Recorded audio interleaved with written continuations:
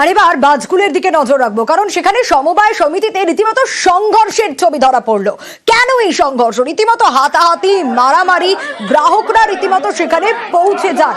আর কে অভিযুক্ত? ম্যানেজার অভিযুক্ত। রীতিমতো তাকে ঘিরে বিক্ষোভ, কারণ এই ম্যানেজারের বিরুদ্ধেই দুর্নীতির অভিযোগ রয়েছে। আগে ছবিটা দেখাই।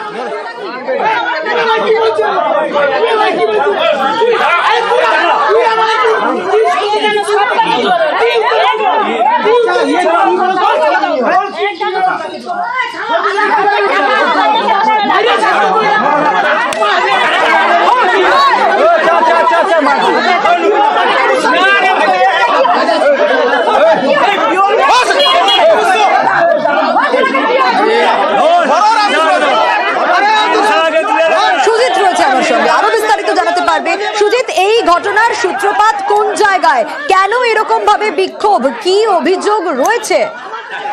সমবায় সমিতিতে যারা টাকা রেখেছিলেন গ্রাহকরা, তারা টাকা ফেরত চাইছেন। কেন ফেরত চাইছেন?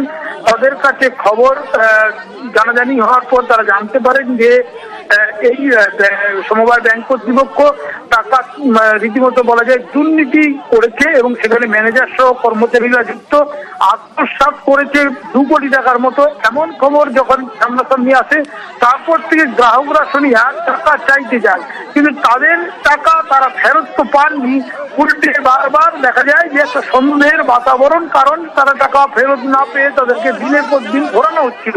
শেষমেশ ধৈর্যের বাঁধ ভেঙে যায়, একেবারে জড়ো হন গ্রাহকরা, স্থানীয় মানুষজন। তারা জড়ো হয়ে টাকা ফেরতের যখন দাবি করলেন, তখনই কিন্তু বাকবিতণ্ডায় জড়িয়ে পড়েন ম্যানেজার সহ কর্মীরা।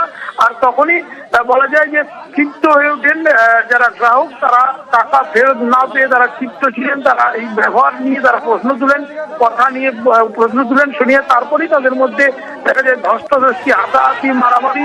এবং এই যে ঘটনা সবটাই ঘটছে একেবারে সমবায় যে ব্যাংক, যেটা অভিযুক্ত যে একেবারে চত্বরে, ব্যাংক সমবায় ব্যাংকের চত্বরে। তারপরেই পরিস্থিতি সামাল দেওয়ার চেষ্টা করে পুলিশ, কিন্তু ততক্ষণে গোটা এলাকা থেকে মানুষ ছুটে আসেন এবং রীতিমতো তারা হাত চালায় এবং মারধর করেন, হামলা চালান। তারপর থেকে অবশ্য ম্যানেজার পলাতক বলে জানতে পারছি, তার বাড়িতে গিয়ে দেখা গেল বাড়িতে তিনি নেই। অর্থাৎ যারা অভিযুক্ত তিনি, তার বিরুদ্ধে যে অভিযোগ, তা যেন তার পালিয়ে যাওয়াটা আরো প্রমাণ দিচ্ছে। রীতিমতো ক্ষোভ বিক্ষোভ, ধরে পড়া, যা গন্ডগোলের ছবি, মারামারির ছবি দেখালাম, তারপরে যেটা পরিস্থিতি দিন দিন কিন্তু খারাপ হচ্ছে এবং পুলিশ চেষ্টা করছে এই বিষয়টি নিয়ে কোনোভাবে সমাধান সূত্র বের করতে, কিন্তু ম্যানেজারই তো পলাতক। তার ফলে যেটা ঘটছে তা নিয়ে রীতিমতো চাপা উত্তেজনা রয়েছে, তাই পুলিশ টিকেট রয়েছে। বেশ, আমরা গরিব মানুষ, অল্প অল্প করে টাকা ওখানে জমাচ্ছিলাম। সেই টাকাটা কয়েক বছর জমানোর পর যখন আমাদের প্রয়োজন হলো, আমরা চাইতে গেলাম, সেই টাকাটা আর পাচ্ছি না, বলছে নেই। আমরা দিনের পর দিন যাচ্ছি, কিন্তু ওখানে আর টাকাটা আমরা এত কষ্ট করে জমিয়েছি, কিন্তু ওই টাকাটা আর আমরা ফেরত পাচ্ছি না। যারা ওখানে টাকা জমা রেখেছে, কেউ টাকা ফেরত পাচ্ছে না। আমার বাবাও টাকা জমা রেখেছিল 1,21,000 টাকা, কিন্তু ওখানে গিয়ে দেখলাম যে লেজারে শো করাচ্ছে 6,000 টাকা। ওখানে যে কমিটি আছে ওদের কাছেও বারবার অনুরোধ করেছি, কিন্তু কোনো সদুত্তর পাওয়া যাচ্ছিল না। টাকা আত্মসাৎ ম্যানেজার এবং যে পূর্বতন কমিটি, অর্থাৎ তৃণমূল পরিচালিত যে কমিটি আছে, ওরা যত সময় টাকাটা আত্মসাৎ করেছে। আমাদের এখানে চম্পরাজের একটা সোসাইটি আছে, ওইখানে আমরা টাকা পয়সা রাখি আর ওইখানে থেকে টাকা তুলি। আর ওইখানে মেম্বার আছে, লোন টোন নেই, টাকা তুলতে গেলে বলে আজ নয় কাল, কাল নয় পরশু, এরকম। আমার মাত্র 1,21,000-এ 6,000 টাকা আছে। শুধু বলতে বই চালিয়ে যাও, কিন্তু টাকা কোনো তুলতে পারবো নি। ব্যাংকে শুধু বলতে টাকা তোলা যাবে। এখানেই বলে এসছি যে লোন শোধ করে দিয়েছি, আর বলেই এসছি যে আমরা আর টাকা বই জ্বালাতে পারবো নি। গ্রুপ যেই টাকাটা আমাদের আর্থিক জমা হয়েছে সেইটাই আমরা তুলে নিতে চাইছি, তাতেও আমাদেরকে তুলে দিই। দার্জিলিং এর মংপুর দিকে নজর রাখবো, কারণ মংপুতে অগ্নিকাণ্ডের ঘটনা। সিংকোনা বাগানের শ্রমিকের বাড়ি ভস্মীভূত হয়ে গেছে অগ্নিকাণ্ডের ঘটনায়। তবে এখনো পর্যন্ত হতাহতের কোনো খবর পাওয়া যাচ্ছে না। কিন্তু কিভাবে এই অগ্নিকাণ্ডের ঘটনা, কিভাবে আগুন লাগলো, আরো বিস্তারিত জানবো। তবে যে ছবি আপনাদের দেখাচ্ছি, অগ্নিকাণ্ডে হতাহতের কোনো খবর নেই, কিন্তু সিংকোনা বাগানে শ্রমিকের বাড়ি একেবারে ভস্মীভূত। কিভাবে আগুন লাগলো, পার্থ আরো ডিটেল জানাতে পারবে এই বিষয়ে। পার্থ, আগুন লাগানোর প্রকৃত কারণ এখনো জানা যায়নি। এই সিংকোনা বাগান যে রয়েছে, মঙ্পুতে সিংকোনা বাগানের এক শ্রমিকের বাড়িতে আচমকা আগুন লাগে এবং যেহেতু এটা কাঠের বাড়ি ছিল দাও দাও করে জ্বলতে থাকে এবং সেই আগুনের ভয়াবহ সেখান থেকে কিন্তু গ্রামবাসীরা ছুটে আসে, তারা আগুন নেওয়ানোর চেষ্টা করে কিন্তু কোনোভাবেই সেই বাড়িটাকে কিন্তু তারা রক্ষা করতে পারেনি। সম্পূর্ণভাবে ভস্মীভূত হয়েছে ওই শ্রমিকের বাড়ি এবং দমকলের ইঞ্জিন পৌঁছানোর আগেই একেবারে পুরো বাড়ি কিন্তু ভস্মীভূত হয়েছে এবং বাড়িতে যে সামগ্রী ছিল তাদের কিন্তু ক্ষতিগ্রস্ত হয়েছে। আগুন লাগার কারণ খতিয়ে দেখছে স্থানীয় দমকল কর্মীরা। বেশ।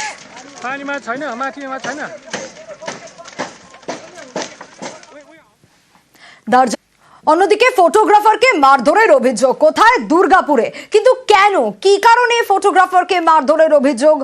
গাছে আগুন লাগানোর প্রতিবাদ করেছিলেন তিনি, সেই কারণেই মারধর। প্রতিবেশীর বিরুদ্ধেই এই অভিযোগ উঠছে। ঠিক কি ঘটেছে আরো বিস্তারিত অর্পণ জানাতে পারবে। অর্পণ, গাছে আগুন লাগিয়ে দেওয়া হয়েছিল আর তার প্রতিবাদ করেছিলেন বলে মারধর খেতে হলো।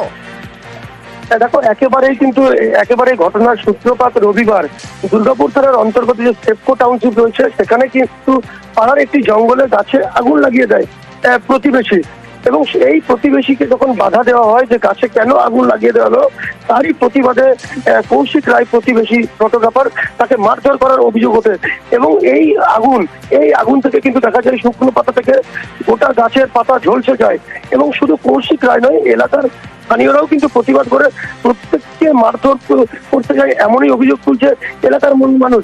যদি এর প্রতিবাদ করায় তাকে আক্রান্ত হতে হয় এবং প্রাথমিক চিকিৎসার পর ছেড়ে দেওয়া হয়। এই ঘটনায় থানায় কিন্তু অভিযোগও দায়ের করেছে এই অভিযুক্তর বিরুদ্ধে।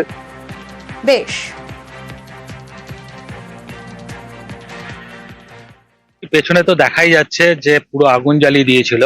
তো প্রথমে আমরা প্রতিবাদ জানাই যে আগুনটা কেন জ্বালানো হলো, তারপরে নেভানোর জন্য অনুরোধ করা হয়েছিল। তারপরে ঘটনাটা ঘটে গত রবিবারে।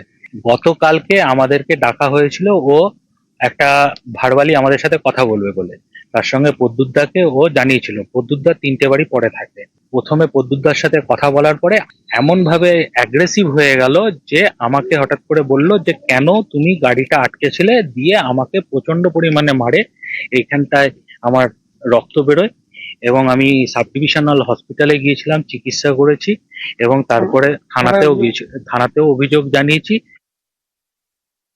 রবিবার দিন আগুন ধরান আমাদের এখানে স্থানীয় বাসিন্দা, মানে উনি পাওড়া প্যাটার্নি নিয়ে এখানে বাড়ি করেছেন।